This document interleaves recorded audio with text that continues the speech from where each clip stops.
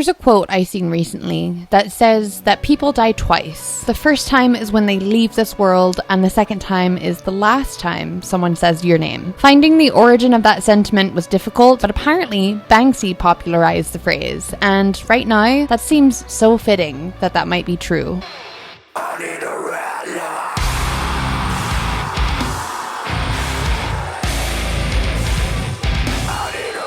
Hi, I'm Tay. I'm a fashion designer and artist. Welcome to my channel. Bit of a somber video today, and actually this is sort of, it was a bonus video, I guess, for lack of a better word, like unplanned. And I have put this together last minute, as this week's 2 uploads for Wednesday and Friday, they're already planned and they're scheduled. And that happened before the sad news of Oliver Tree's passing. As a fan of Oliver's work and a fellow artist, it didn't feel right to not pay tribute in some way to him before just continuing on. So today's video is dedicated to Oliver Tree. I'll do my regular design segment where we get some ideas together and do some ideation and eventually do a bit of designing. But today we're going to chat about Oliver and design a collection inspired by him. If you're new to my channel, I do a lot of fashion design content where I have some type of theme or event or person that I design for, and we go through and we learn a bit of history about them. We do an ideation phase where we collect imagery for a mood board that will inspire a final collection. These are always unprompted and unofficial unless otherwise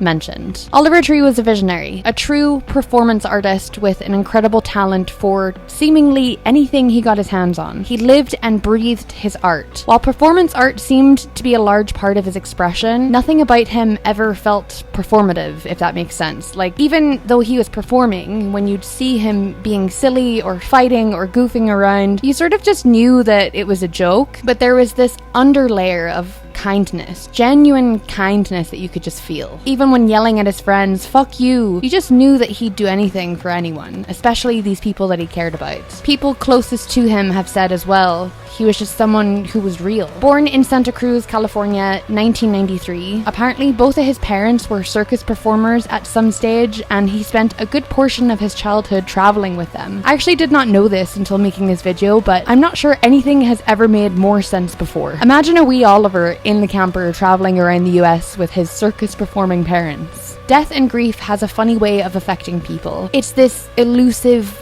permanent but fleeting sort of thing, and it can change us in ways forever. When Oliver was 13, he suffered a loss that may have changed the course of his life and career. His cousin died from spinal meningitis. Oliver then found himself on a path of drug addiction, as a lot of us do after a considerable loss. Due to the lifestyle he wound up in, he was kicked out of his home. But then, the most important thing happened. Oliver turned to music. At first, he was in the ska genre, but then he evolved into hip-hop and electronic music, closer to what he's more known for. Oliver was deep in the music game. He started performing live very young, opening for massive artists and doing festivals. That was all before he went and studied music, getting his BA in music technology. Safe to say that Oliver seemed to know what he wanted to do early on. His songs and his personality majorly exploded in popularity around 2020, and the perfect time, I think, for all of us during COVID and lockdowns and all of that weird uncertainty.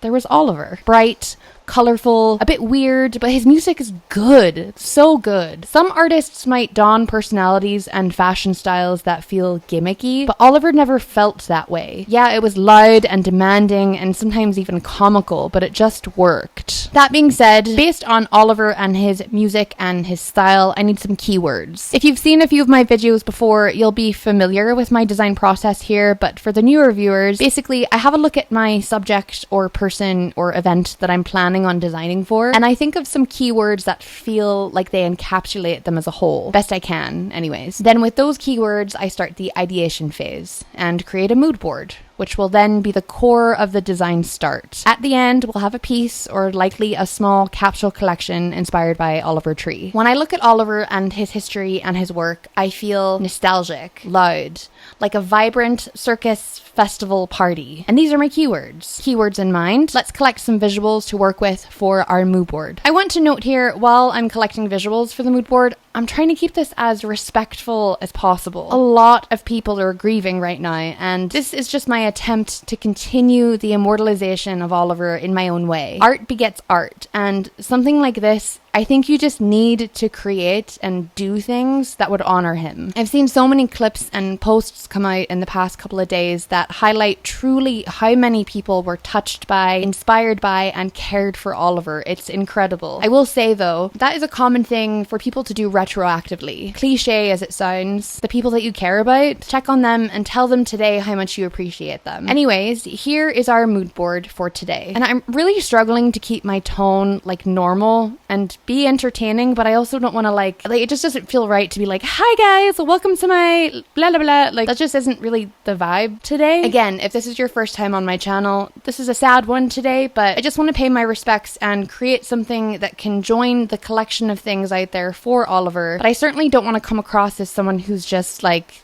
using this. Anyways, I'm sorry. Here is the mood board. And now we can do some sketching. So now normally my design style is typically like women's wear. And I'm sorry to put that in a binary. I don't mean that exclusively only women can wear my designs, because of course not. But I typically stay in the feminine leaning formal wear, couture, lingerie, or burlesque wear arena. For example, when I do these videos, I'm typically designing for the person. Like I've done Vanilla Mace, Tara Yummy, Brittany Broski. But for this one, this is a collection inspired by Oliver, so I'm thinking I'll do like a streetwear design. Maybe something he might have possibly worn. And the croquis I'm using are still going to be femme sort of leaning, to be fair, but this collection isn't going to feature like gowns and corsets at this time. I'll keep the illustrations as androgynous as I can here. And here are the final designs.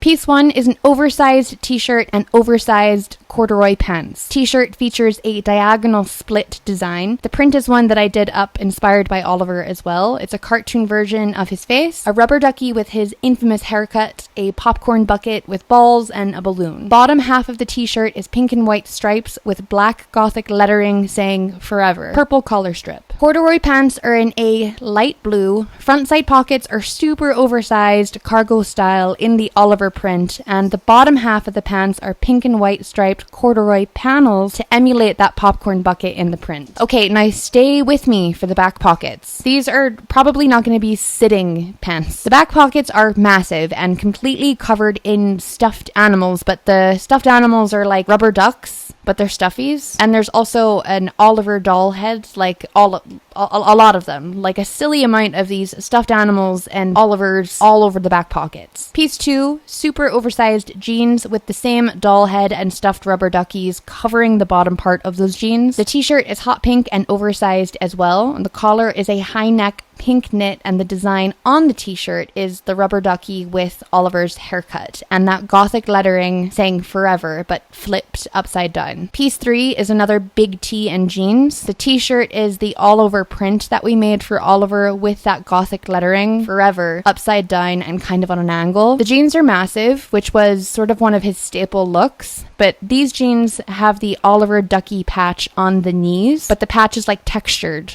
with a fuzzy yellow material. The gothic forever lettering is beneath both knees, but the right knee has the lettering flipped upside down. Piece 4 is a jumper and shorts. The shorts are a light blue corduroy on one leg, and that leg has an oversized cargo side pocket in the purple Oliver print. The opposite leg is a purple and blue corduroy stripe, and the ties for these shorts are insanely long. For the jumper, the Oliver doll head and fluffy stuffed Oliver rubber ducky completely all over it. The wrists, hem, and turtleneck are a pink knit. Oliver just released his 4th LP and was starting a world tour. I actually listened to the entire album back to back while working on these designs, and honestly, it was sort of haunting to listen to some of the lyrics now after his passing. And honestly, this collection is inspired by Oliver as a whole. The Oliver that I think we all know and will remember, but the album gives an entirely different vibe and a different wave of inspiration. And I'd honestly love to do this again, but a collection inspired